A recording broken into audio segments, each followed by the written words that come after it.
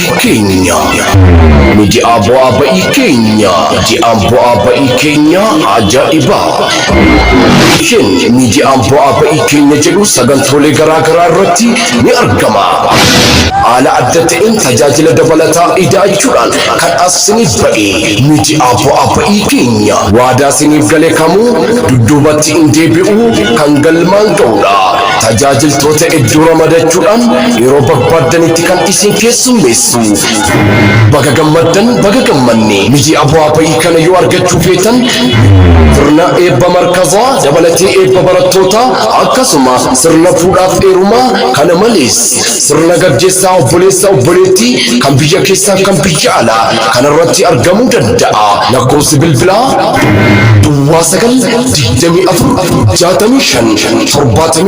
9-65-65-72 kanaan haala yoo jettan nu argachuu dandeessan.